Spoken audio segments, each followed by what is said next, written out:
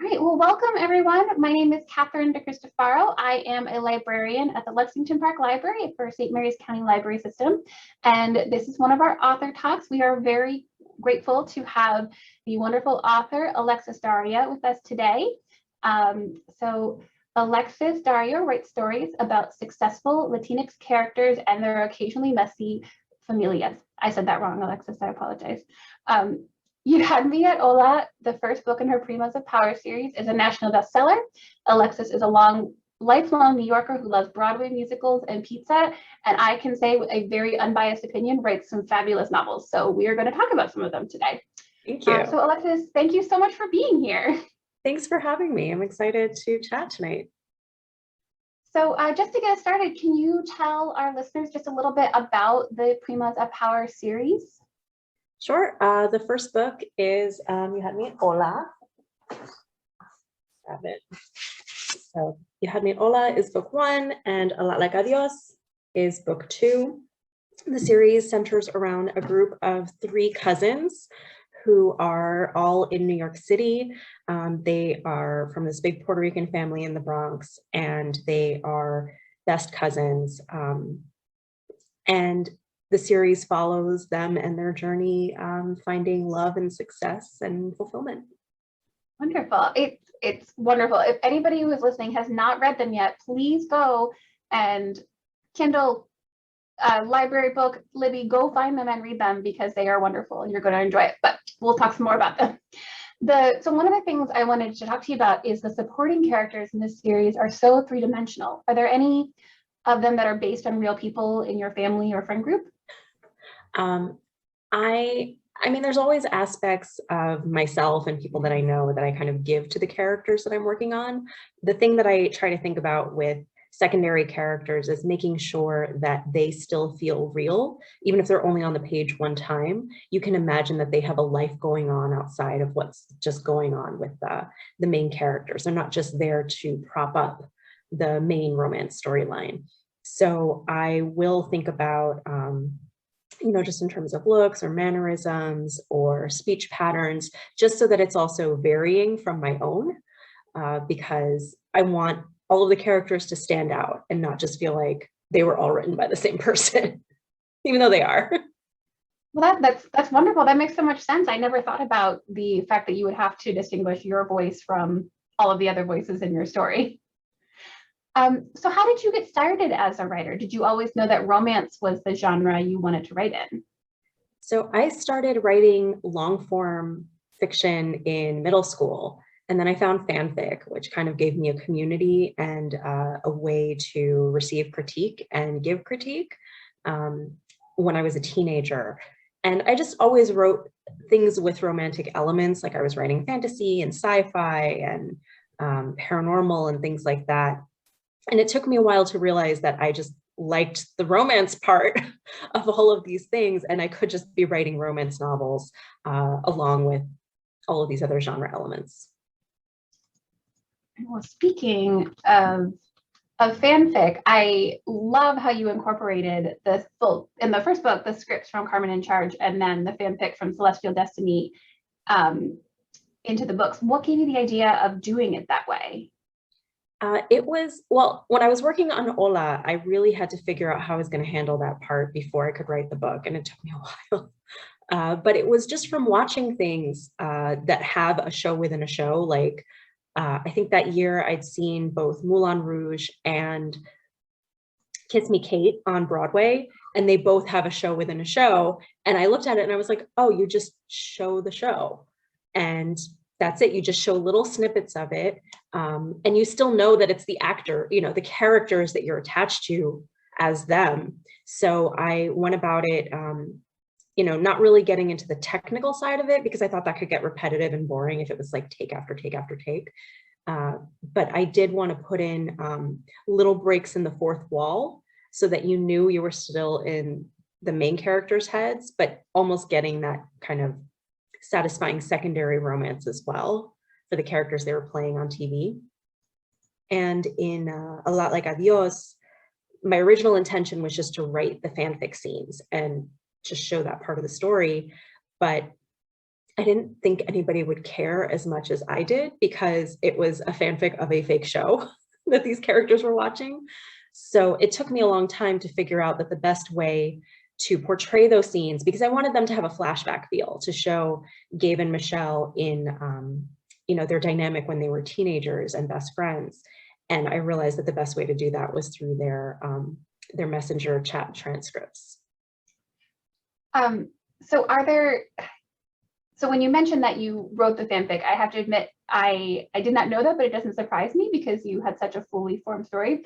Have you ever thought of writing like a sci-fi romance instead, or do you think you're firmly set in New York City for your books? No, I definitely want to write a sci-fi, like desperately.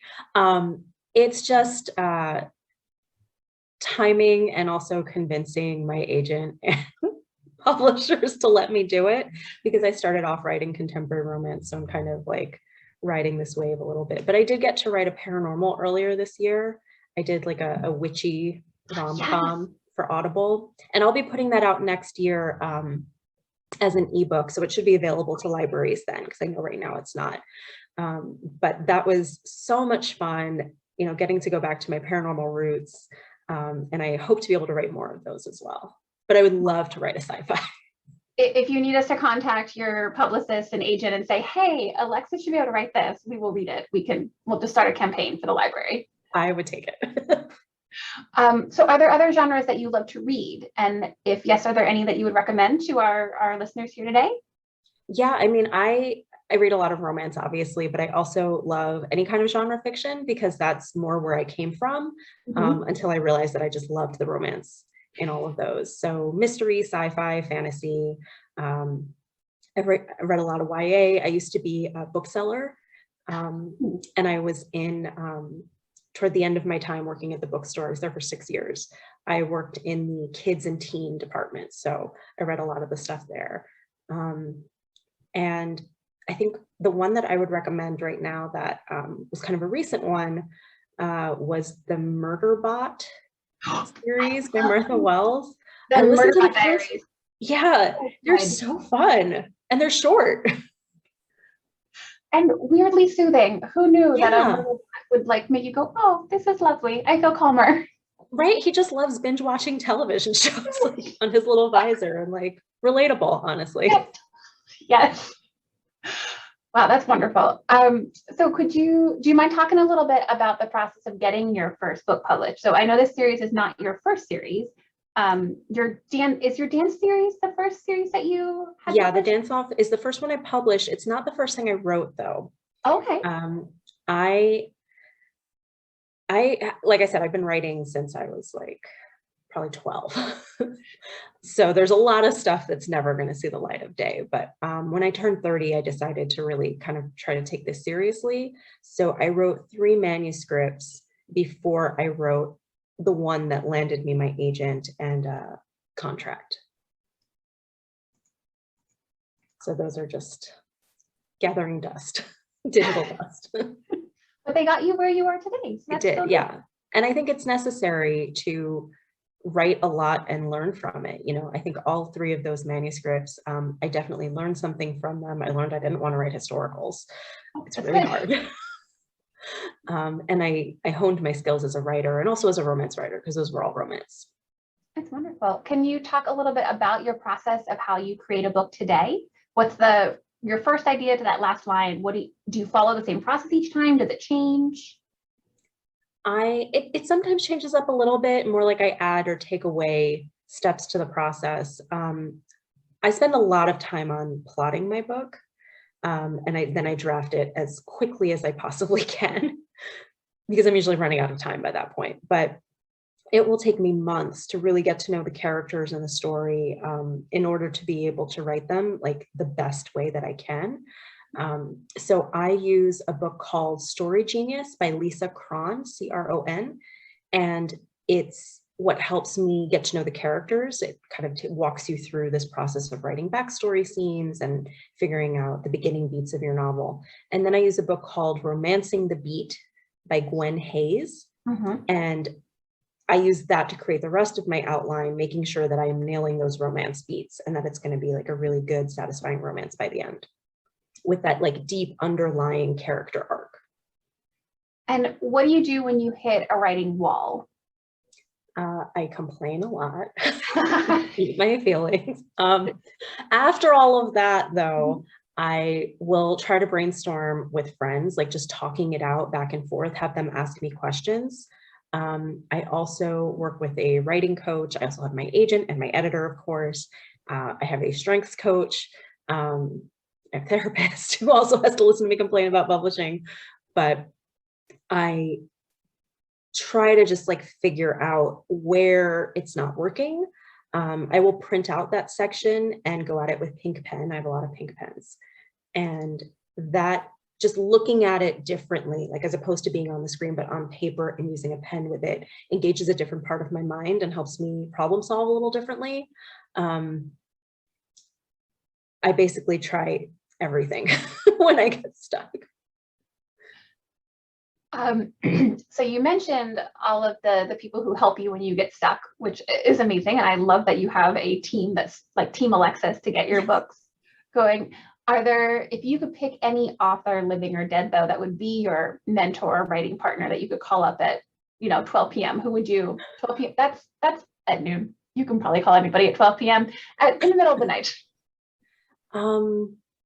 That is a good question. And I don't know that I have a great answer because I really was thinking about this, but I do have like a group chat with a bunch of author buddies that I could reach out to. And Sarah McLean is one of them, Adriana Herrera, Nisha Sharma, Tracy Livesay. Like there's a few of us.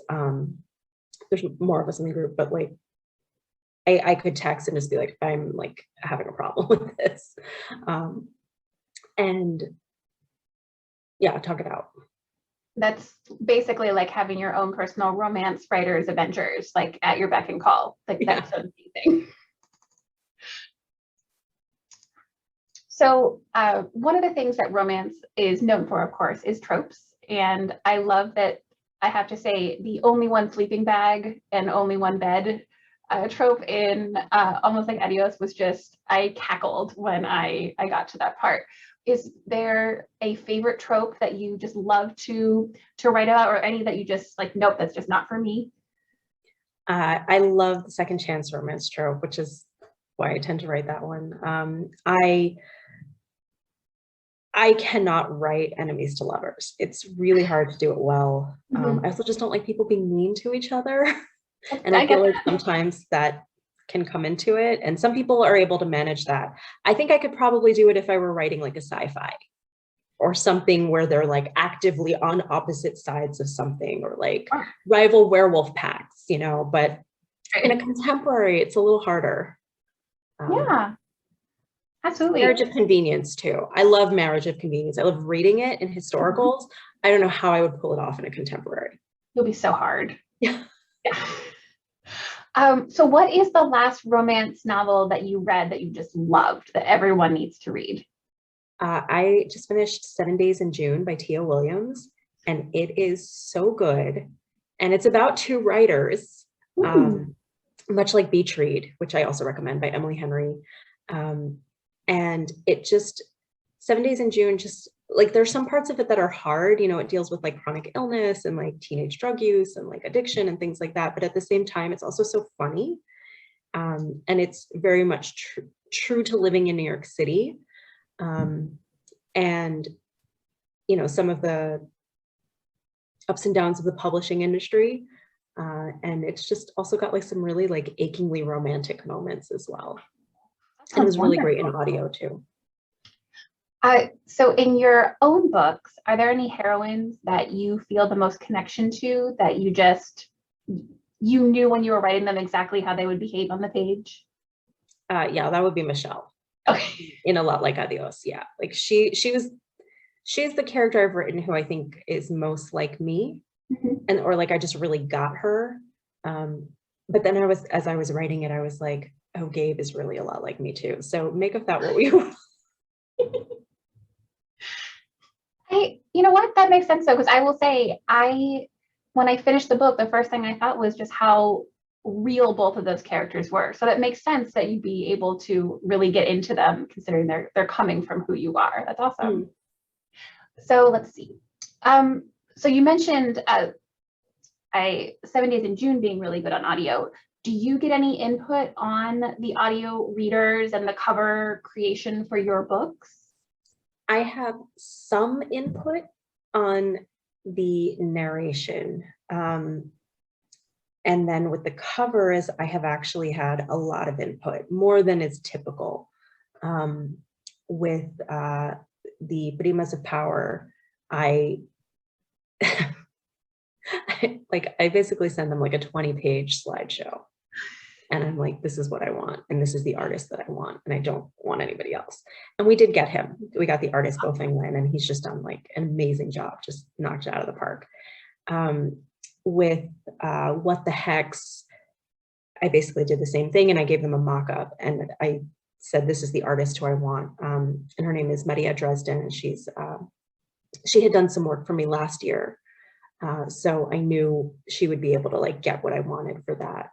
And then with the Dance Off series, I ended up designing those covers because that's what my background is. And I was not super thrilled with the way the first one was going. So we kind of worked something out where I stepped in, I finished that one up, and then I did the next ones. Great. So with you said can you remind everyone again, what is your background? It's in visual arts, because visual arts. Yeah, I went to in high school I majored in fine arts, and in college I majored in computer arts. Okay, so if that's your background, but you wrote then books set at a dance competition, and then having characters who are physical therapists and actors, what sort of research have you done to familiarize with those fields? Because they feel very, again, authentic on the page. These characters know what they're talking about.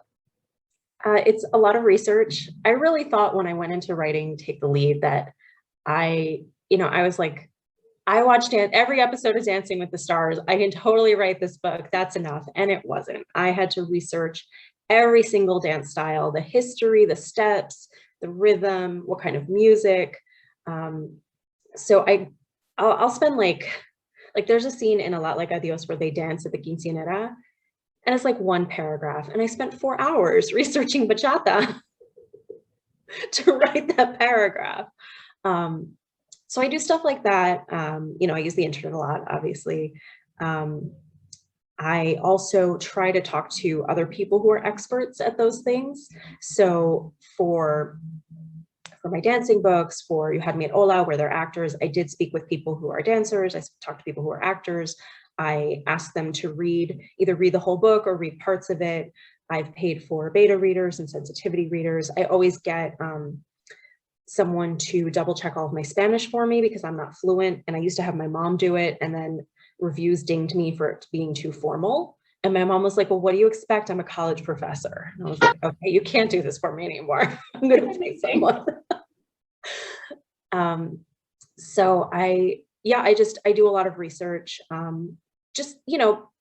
As I think is my job as the author, to make sure that I'm getting some of this stuff right. Some things I'm like, I feel like I can manage this based on, following people on Instagram who do that thing. With the physical therapy, I was in physical therapy for my ankle when I was starting to develop this book. And that kind of informed where Gabe went from there. So yeah, just lots of research. So kind of based on that, with your research, are there any behind the scenes stories that you can share that would show like why a character was written a certain way, or a plot point that went a certain way, just based on things that you experienced or learned?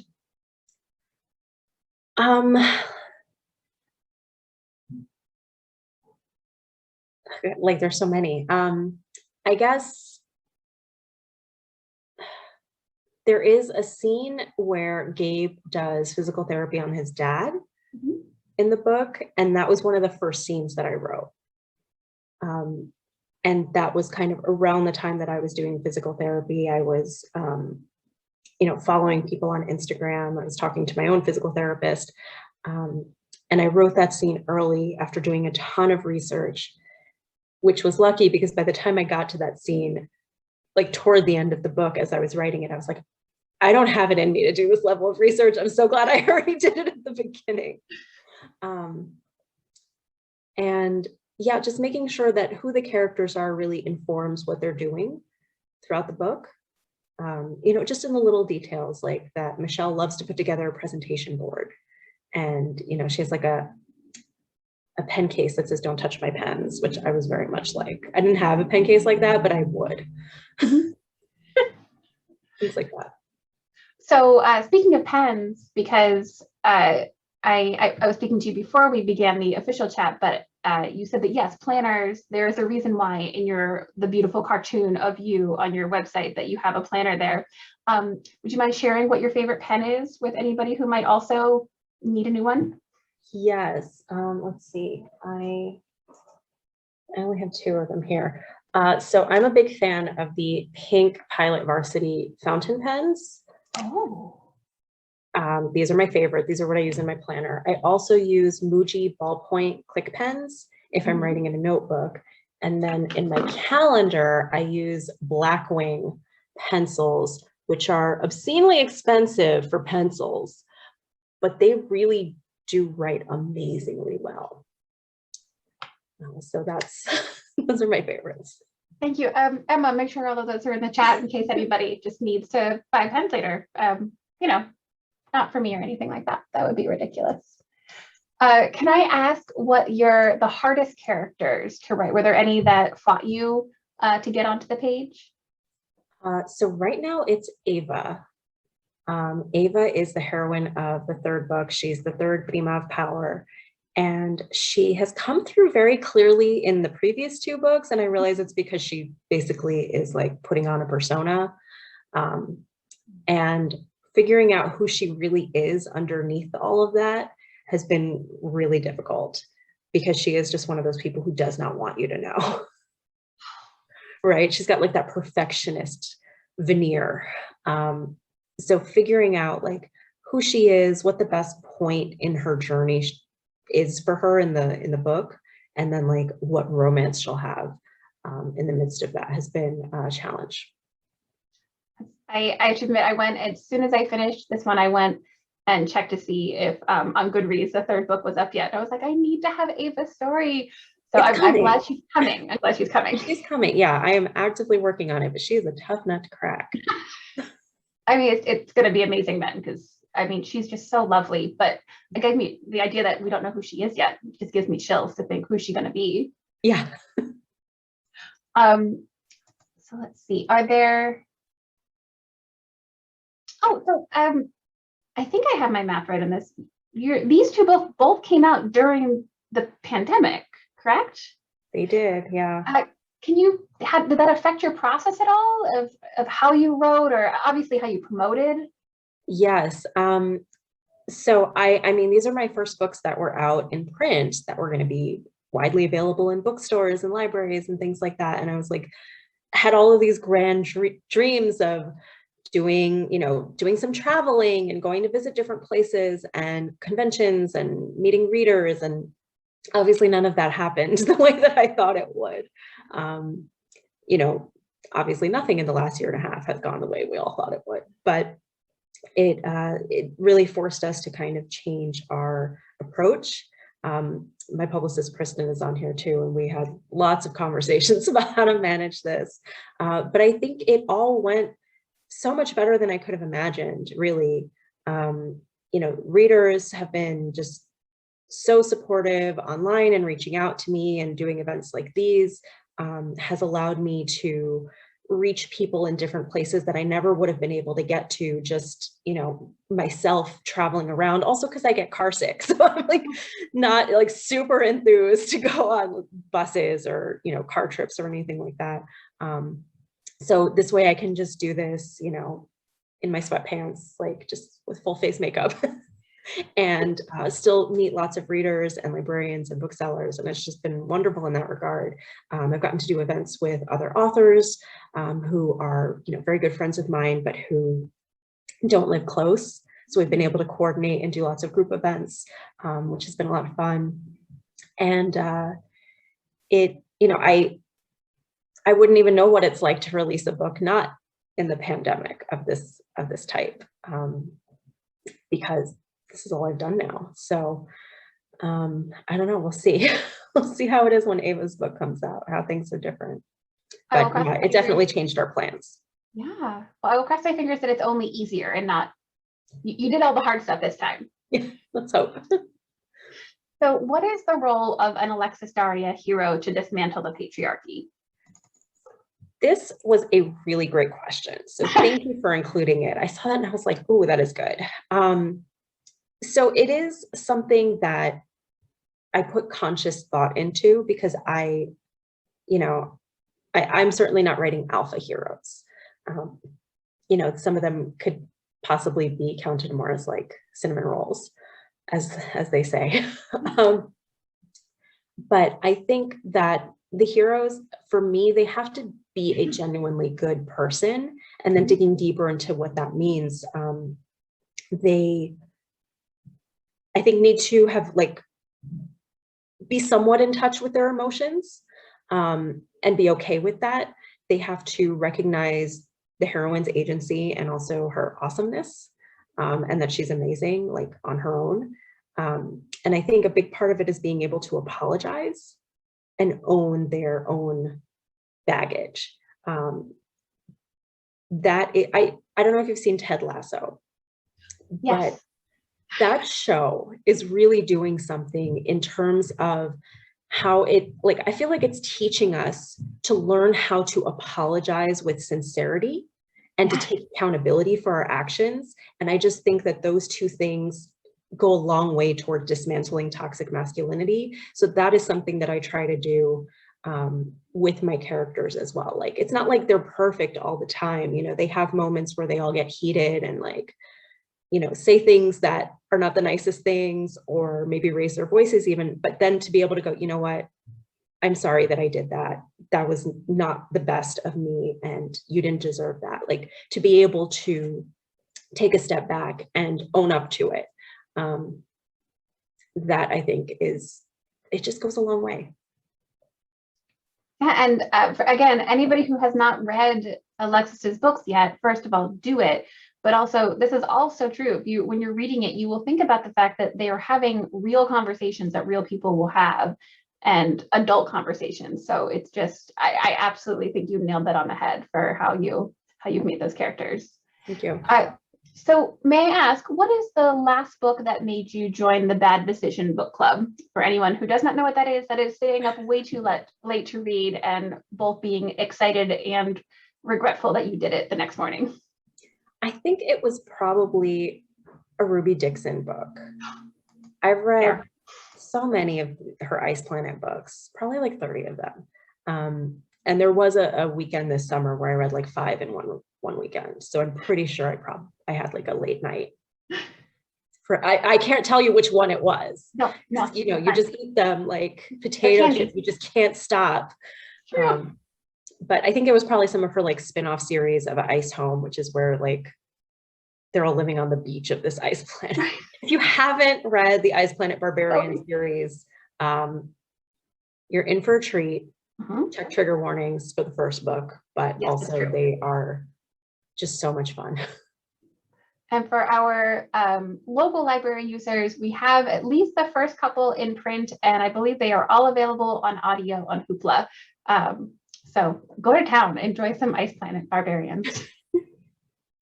So what was your first introduction to romance as a reader? And would you still recommend that book to readers today? I'm not sure. So my first introduction was Sea Swept by Nora Roberts. A friend of mine from high school dragged me to our local library in the Bronx and was like, you need to read these books. And she gave me Sea Swept and The McGregor Brides, both by Nora Roberts. And then for a long time, I only read Nora Roberts before I branched out into more romance. Well, kind of. My mom was a huge romance reader, and she would sometimes read me the funny parts of the books that she was reading. And I would sometimes like pick up the books on her shelf and then put them back like I hadn't been reading them, even though I was clearly reading my own romance novels from the library. I can't explain why I was like that as a child, but I was as a teenager.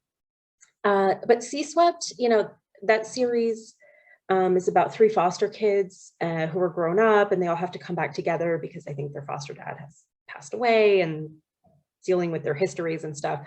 I am not the best at remembering the details of books after I've read them, certainly since it's been such a long time since I read these, even though I read them many times back then. So I don't know, you know, I think the lens through which we read changes. Like I'm now in my late 30s. It's a different lens than, you know, in the late 90s when I was a teenager reading these books. So I would have to read it again to really see about recommending, but I think Nora Roberts is just, she was my favorite writer for such a long time. And the first time I met her, I almost cried on her. Oh. So I just, you know, always love returning to her books, whether they're older ones or new ones. That's wonderful. Is there a romance that you would recommend to somebody who wanted to explore the genre for the first time? Yeah, I think a good one for someone who's just trying it out would be The Worst Best Man by Mia Sosa. Yeah, okay. It is a true rom-com in the sense that it is both romantic and steamy and also very funny. And it's got a Afro-Brazilian heroine who's a wedding planner, and she ends up having to do a project with her, I guess, almost brother-in-law, who was also kind of instrumental in getting her jilted at the altar. And when I started it, I was like, Mia, we're friends, but I don't know how you're going to pull this off. And she really pulled it off. That's amazing. Great. So let's see. Those are most of the questions that I had. I do have several from our audience members, so we're going to pull those up if that's okay. Sure. So somebody on here mentioned that they heard you were a NaNoWriMo alum. And for people who do not know what that is National Novel Writing Month. And that's actually going on now. It's in November. And it's the idea that you write a novel of about 50,000 words within a month. So it says, heard you're a NaNoWriMo alumni, and I've seen some of your books. How would you suggest working well on NaNoWriMo novels since it's such a short time?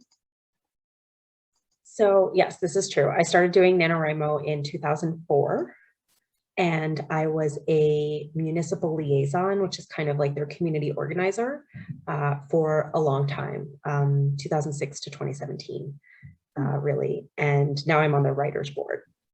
And I think it's, you know, it's a fantastic organization. They do so much to promote literacy and writing for people who have a story to tell, or for providing those materials to classrooms. As for the question about how to manage doing NaNoWriMo is what it sounds like you're asking, writing 50,000 words in a month. For me, I can write 50,000 words in a month. And I know that from all of these years of doing NaNoWriMo. I know what my best writing conditions are. I know all the tips and tricks and hacks, like making sure I've got all of my, and I basically pull out these tricks every time I'm on deadline. Like I stock my freezer with a bunch of like organic frozen meals. I buy all of my favorite writing snacks that are usually something that's like small that I can just kind of compulsively like snack on.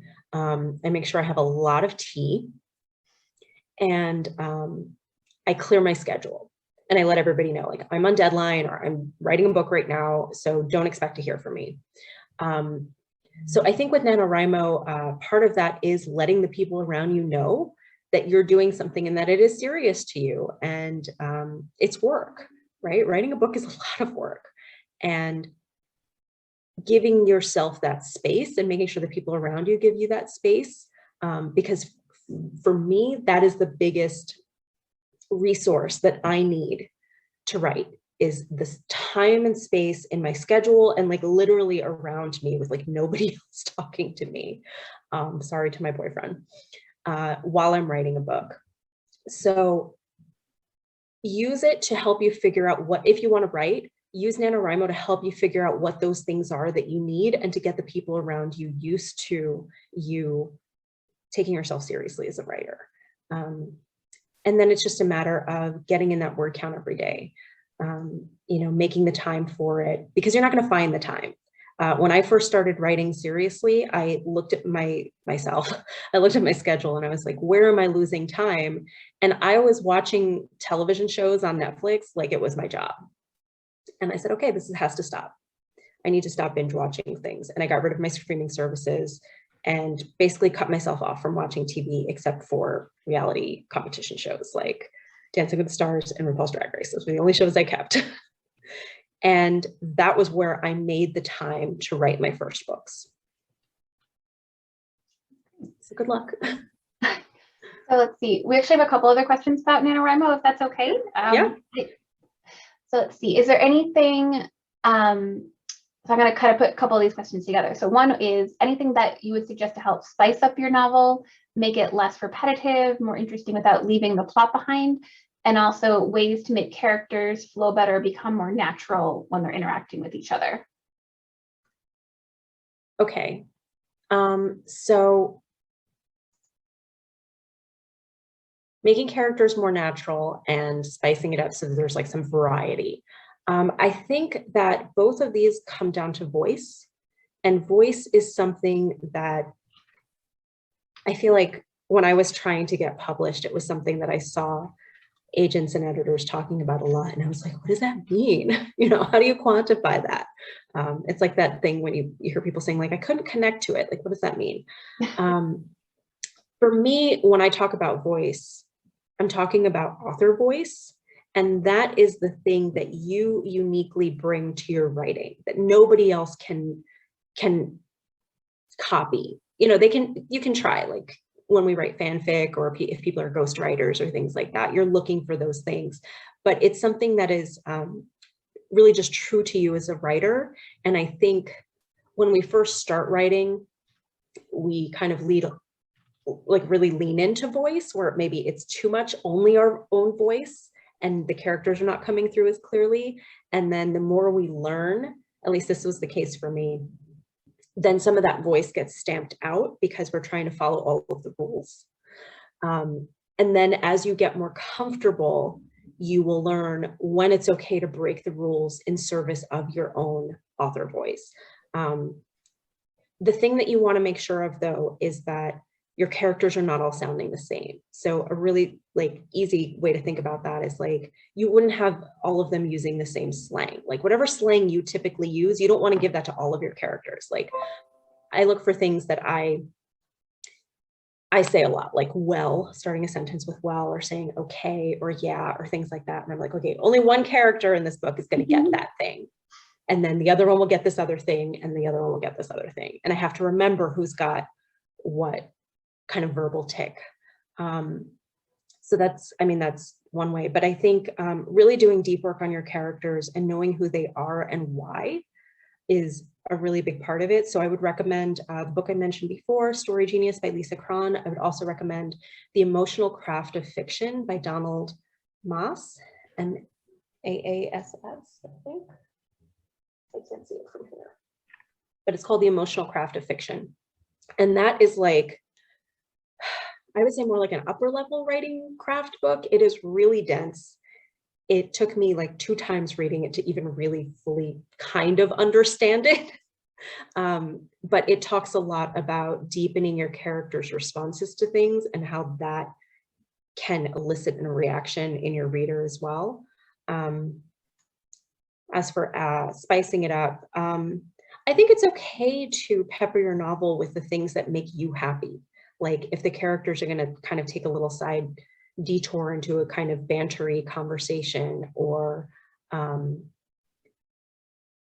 if you want to add some humor in there, things like that, because those are going to be the hallmarks of you as a writer. At the same time, watch out for where you're maybe being a little overindulgent. That was a worry for me with A Lot Like Adiós. I was like, am I just being self-indulgent trying to fit the fanfic in this novel? And to be honest, I kind of was. And that was why I had to scale it back. And I only included a scene at the beginning and a scene at the end, because trying to do it throughout the whole thing was just me trying to force what I wanted on the book, and it wasn't the best thing for the book. But the more you do it, the more you become comfortable with making those kinds of decisions and recognizing when that's what's happening. I hope that was helpful. Yeah, yes. So can you talk a little bit about the process of creating your characters? Do your characters come first, or the plot, or is it a mix of both? It depends. Okay, for example, with the Primas of Power series, it started with the characters. I knew that I wanted to write about a trio of cousins in New York City, and that they were all going to have different approaches to love. And that was all I had. You know, I didn't set out saying, I'm going to write a story about a couple of actors. Like, Jasmine just ended up being as an actor because that's what was convenient for me to have her be. And also because I don't know what people with real jobs do. You know, I pretty much only understand the gig economy. So I wasn't going to say, like, she just moved back because she got a new job as a software engineer. Like, that wasn't her. It was like, oh, obviously she's a soap opera actress and she just got this big, you know, her big break doing something on like a Netflix-esque show. And I did a ton of research into Netflix. I tried to get onto the studio lots here in New York City. I have been on 2 of them for other events. I tried to get them to give me a tour like inside the buildings, and nobody would do it. So I just had to do a lot of research on that too. But yeah, so in this case, it really was the characters. But with my dance-off series, that came more from the plot. And it was that I wanted to write something with dancing and also something with survivalists. But I couldn't figure out a way to make that romantic at the end with them living in the woods, because to me, that's my nightmare. And then I was like, oh, what if they don't actually live in the woods? What if it's all fake? And it is, because it's a reality show. But that was like mashing these kind of 2 reality show conceits together. And that's where I got the idea for the first book in that series. So I guess the plot came first there. So as an aside, if you could be on any reality TV show, which one would you, Alexis Daria, want to go on? I mean, I of course imagined what it would be like to be on Dancing with the Stars. And mostly what I think about is like getting really fit and getting stress fractures in your feet. Yeah, fair. Don't do that. So I don't know. Oh, the one that I always wanted to go on was What Not to Wear, and none of my friends would nominate me. They were like, Alexis, there are people who need this way more than you do. And I was like, but don't you see like the same, like, you know, t-shirts and jeans I'm wearing every day? And they were like, no, you can just go to the store. Oh, not fair. Let's see. Oh, so somebody wanted to know, because you mentioned that Broadway is so important to you. Do you have a favorite Broadway musical that everyone should see if they can? I mean, Hamilton, of course, but I don't know. I like the less like popular ones, I guess. Not that they're not popular, but they're not like the longest running ones. Like, I haven't seen Wicked. I walked out of Phantom halfway through. I haven't seen Les Mis because I'm just not interested. But I've seen, oh gosh, there's one that I just saw 4 times and now I can't think of what it was. I saw Legally Blonde twice. I saw Shrek the musical twice. I loved Moulin Rouge and would have gone to see it again if it had not closed. Sure. I saw How to Succeed in Business Without Really Trying 3 times. So good. To see all of the leads. It was like Daniel Radcliffe, Darren Criss, and Nick Jonas. Oh my gosh. Yeah. Like, those are the ones that I like. The ones that are like really like fun and lively.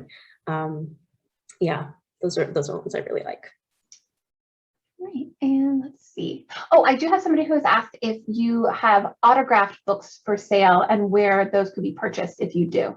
Yes, so if you go to alexisdaria.com, let me just get you the exact. So if you go to alexisdaria.com, under the extras tab, there's a spot that says signed copies. Here, you know what, I can just, since I have it open, I can just drop it right in the chat here. So there is a list of bookstores there. I believe that Word Up Community Bookshop is the one right now that has actual signed copies of A Lot Like Adiós, because I went just a few weeks ago and signed a whole box. As for You Had Me at Hola, some of these bookstores have book plates. I would recommend reaching out to them and asking if they do. I did also leave some book plates with Word Up if they still have them. And there are also still Target signed editions floating around at various Target stores. For Hola. I'm gonna have to go into Target and go check all of the copies on their shelf. Well, Alexis, thank you so much for speaking with us tonight. I cannot tell you how wonderful it is to get to hear you talk about your process and your beautiful books. And I hope everyone who has been here tonight will go and read them. Thank you so much. Thanks for having me. Have a great evening, everyone.